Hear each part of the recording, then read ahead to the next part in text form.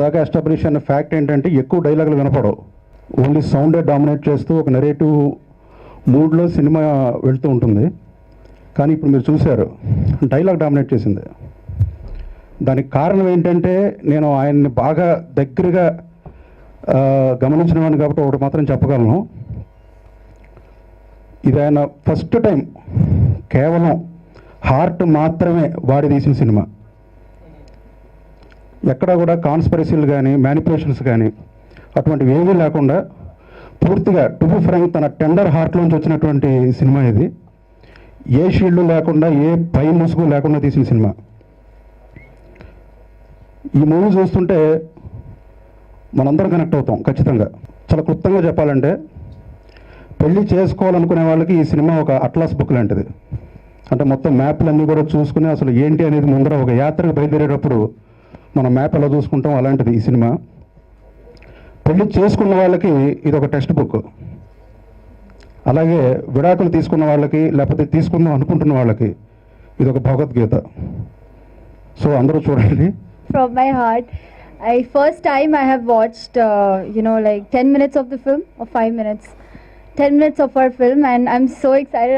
I was so upset that they stopped it in the middle. I'm waiting to watch the entire film, and till I watched it, I really loved it, and it's looking awesome. Thank you so much, sir. I'm so excited. All I can say is I'm really excited, and I'm waiting for all of you to watch it and love me and Nandu and RGV sir's film. Thank you. అది చాలా exciting ఉన్నాయండి. దాని narration అది చాలా exciting ఉంది. డెఫినెట్గా అంటే it's pure love story అని అనుకుంటున్నాను ఈ ఫిలిము.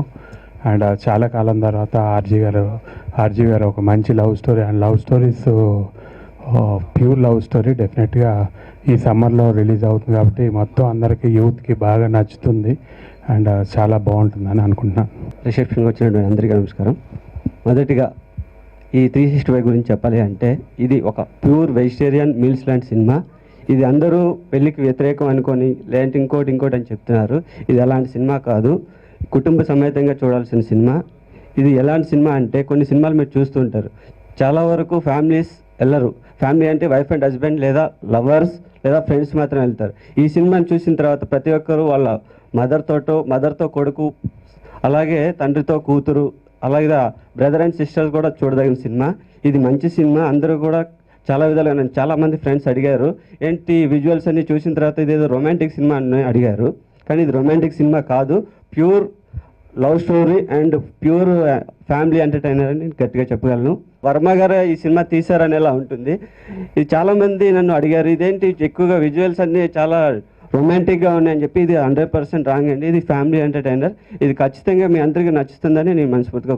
అంటే ఇప్పుడు వెంకటేష్ గారు చెప్పేది ఏంటంటే ఇది మామూలుగా తీసినట్టు పైత్యంతో తీయలేదు, కొంచెం మనసుతో తీసాడు అన్న అనుమానం వ్యక్తపరుస్తున్నారు అందరూ. అది పాయింట్ ఇక్కడ. ఎనివే మీరు ఇప్పుడు చూసినప్పుడు మీరు చూసిన 10 minutes వాట్ ఎవర్ అది నేను అనుకుంటాం కొంచెం క్లారిటీ ఇచ్చి ఉంటుంది.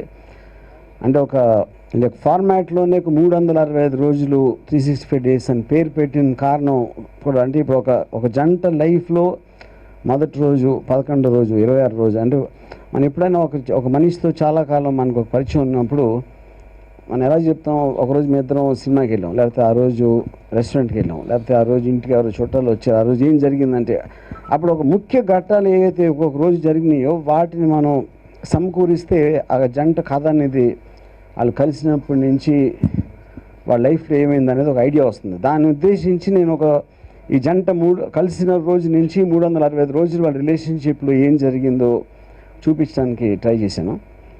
నేను చాలాసార్లు చెప్పినట్టు ఇది ఒక ప్రేమ అనేది, ఒక పెళ్ళి అనేది ఆల్మోస్ట్ ప్రతి ఒక్కరి లైఫ్లో చాలా ఇంపార్టెంట్ మూమెంట్స్ అనేది చాలా సిమిలర్గా ఉంటాయి అన్న ఉద్దేశం.